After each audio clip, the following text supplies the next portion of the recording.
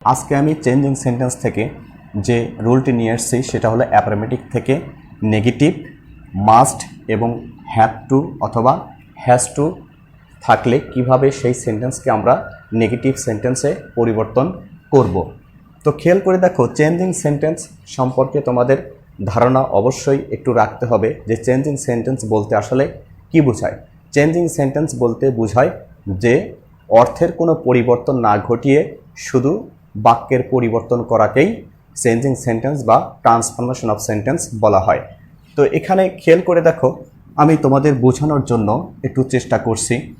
যদি হ্যাঁবোধক বাক্যে সাবজেক্টের পরে মাস্ট অথবা হ্যাভ টু অথবা হ্যাজ টু থাকে, তাহলে সেই সেন্টেন্সটিকে নেগেটিভ করার সময় মাস্ট অথবা হ্যাভ টু অথবা হ্যাজ টুর পরিবর্তে ক্যান নট বাট অথবা ক্যান নট হেল্প দ্বারা তোমাদের পরিবর্তন করতে হবে।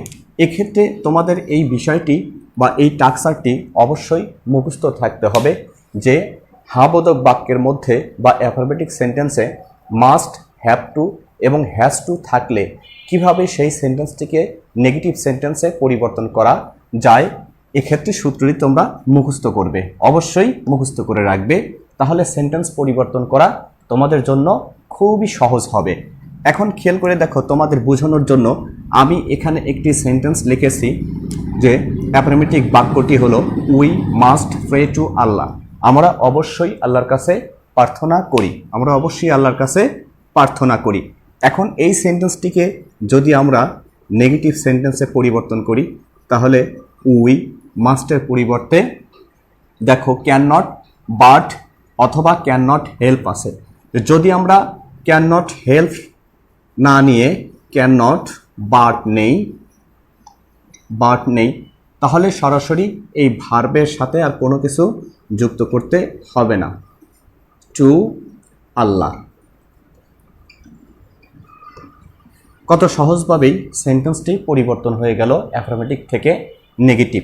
মাস্টের পরিবর্তে শুধু আমি কি নিয়েছি, ক্যান নট বাট অথবা ক্যান্ট বাট। তোমাদের বোঝানোর জন্য আরও দুই একটি এক্সাম্পল আমি এখানে দিচ্ছি, একটু খেয়াল করে দেখো। যেমন he has to do the walk. একটু খেয়াল করে দেখো যে অ্যাফার্মেটিভ সেন্টেন্সের মধ্যে কি আছে, হ্যাজ টু আছে। তো যখনই হ্যাজ টু থাকবে তখনই যে কোনো একটা নিয়ে তোমরা নেগেটিভ সেন্টেন্স তৈরি করতে পারো। তাহলে এখানে একটু খেয়াল করে দেখো, হি হ্যাজ টুর পরিবর্তে আমি কি নেব, ক্যান্ট বাট ডু দ্য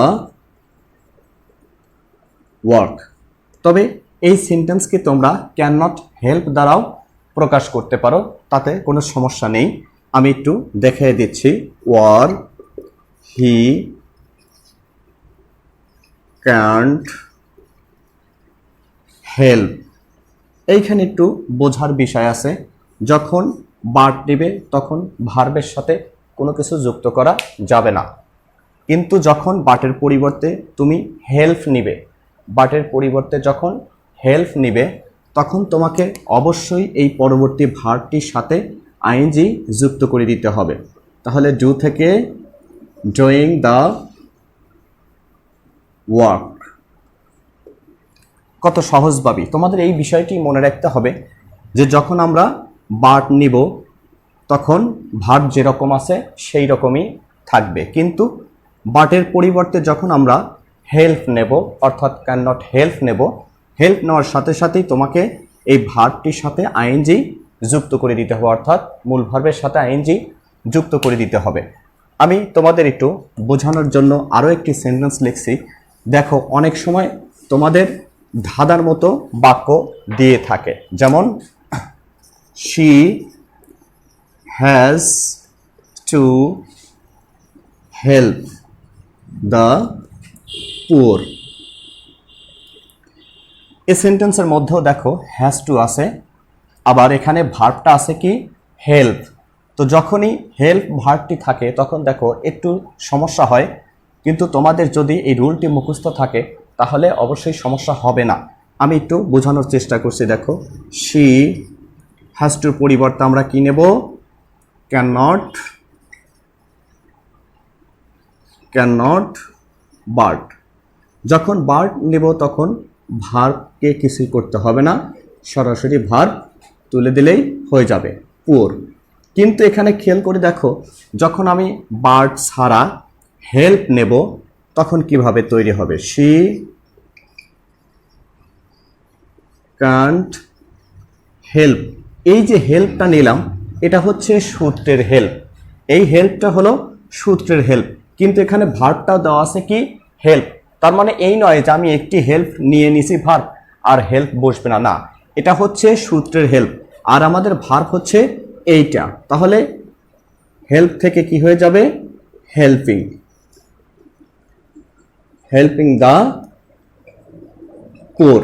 আবার যখন এই সেন্টেন্স থেকে তোমরা অ্যাফার্মেটিভ সেন্টেন্সে চলে যাবে তখন অবশ্যই এই হেল্প পর্যন্ত বাদ দিয়ে তোমাকে মাস্ট অথবা হ্যাজ টু নিতে হবে সাবজেক্ট অনুসারে। এখানে একটা কথা খেয়াল রেখো যে সাবজেক্ট থার্ড পারসন থাকলে পরে হ্যাজ টু, আর অন্যান্য সাবজেক্ট থাকলে সেক্ষেত্রে হ্যাভ টু ব্যবহার করতে হয়। এখন খেয়াল করে দেখো, তোমরা একটু বাসায় এই ধরনের সেন্টেন্সগুলো একটু প্র্যাকটিস করার চেষ্টা করব। প্র্যাকটিস করার জন্য আমি তোমাদের এখানে দু একটি এক্সাম্পল দিচ্ছি, যেমন we must love our country.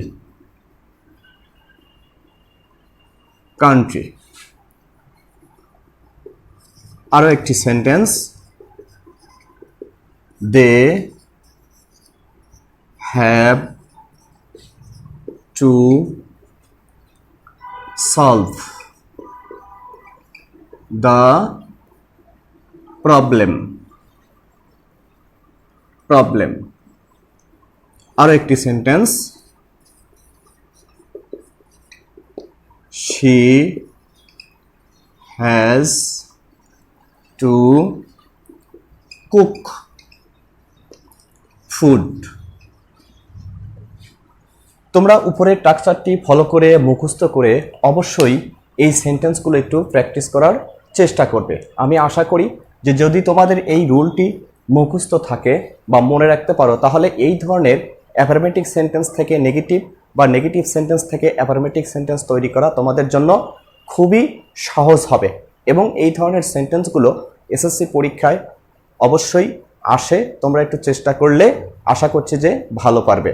আজকের মতো এখানেই, সবাইকে ধন্যবাদ।